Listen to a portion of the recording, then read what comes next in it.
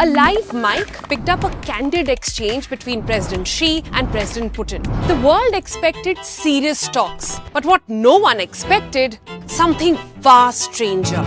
When Vladimir Putin, Xi Jinping, Kim Jong-un gathered in Beijing, the world expected serious talks about war, alliances, trade and peace. As the leaders walked towards the Victory Day parades reviewing the stands, a live mic picked up a candid exchange between President Xi and President Putin. Not about Ukraine, not about NATO, but about living longer. A conversation not about strategy, but about conquering age. Xi was overheard saying, in the past, people rarely lived beyond 70, but today, 70 is like being a child. Putin then replied, saying, with biotechnology, organs can now be transplanted again and again. People can live longer, maybe even achieve immortality. Xi then added, some say people might live up to 150 years in this century. This wasn't just some idle chatter between aging leaders. It's part of a much bigger story.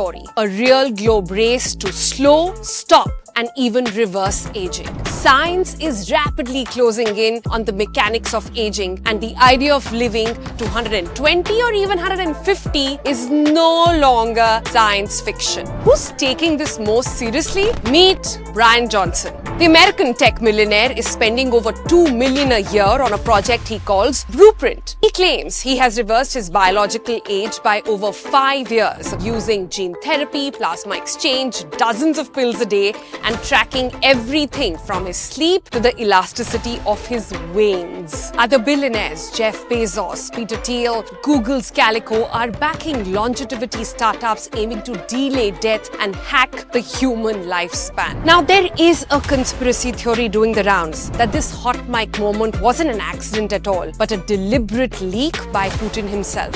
Why? Because speculation about his health has been growing. But when Xi and Putin talk about living longer, it's not just philosophy, it is science. And for leaders who control nations, it's not just about staying in power, it's about staying, period. So here's the question. Is immortality humanity's next breakthrough or the ultimate illusion of control? Tell us what you think about it. Would you want to live forever?